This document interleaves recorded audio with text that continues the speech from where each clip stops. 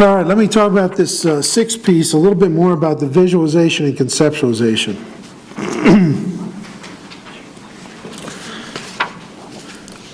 To talk, you need to think in words.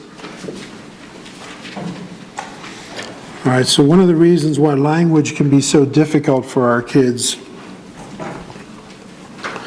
is that if they think in pictures, it's hard to get them to speak in words.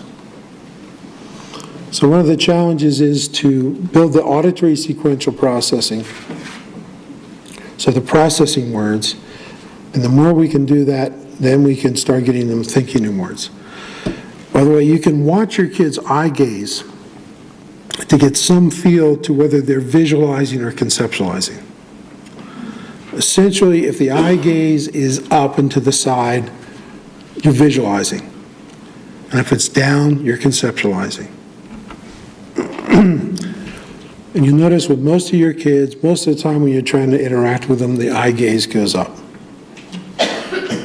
Okay, they're visualizing.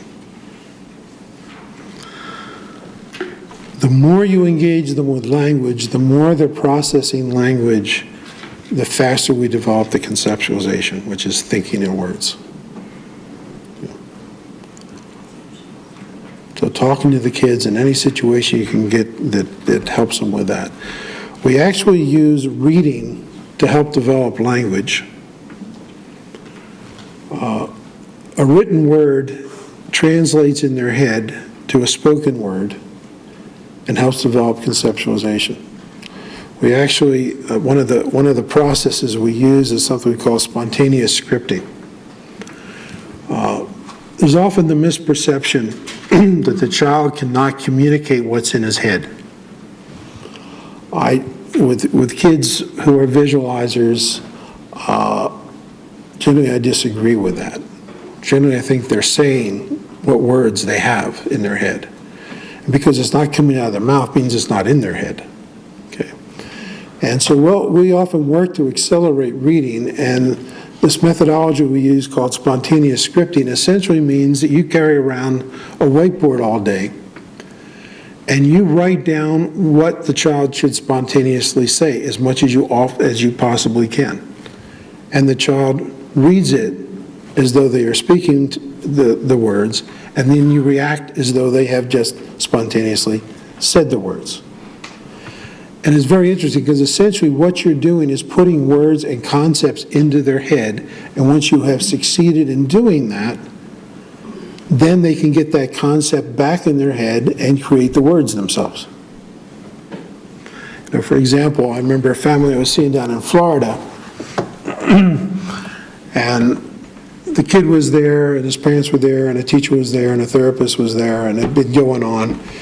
And this kid was just pacing up and down. He's just getting faster and faster, and more and more irritated. And I was explaining the spontaneous scripting to them. And I said, let me demonstrate it. And I wrote down on a piece of paper, I want to get out of here. Okay? Pulled the kid over and said, Tom, read this. And he read, I want to get out of here. And he saw this light come on. I want to get out of here. And he went to the door. Okay? And it was blatantly obvious that this kid could not process that thought in his head, let alone express it.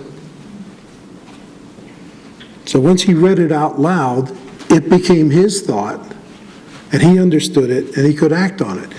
And the things, doing this with a lot of kids, it's shocking to see the realizations coming across their head. For example, you do something as simple as you go to a window and look at the window with a kid and you script, it looks like it's going to rain.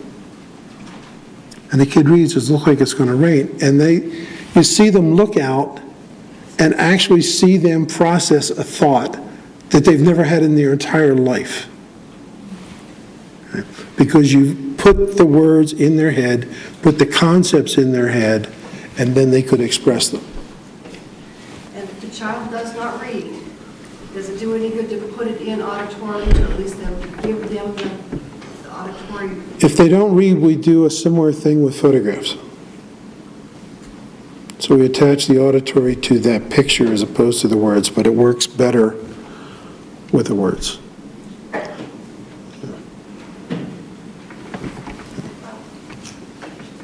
Yes, ma'am.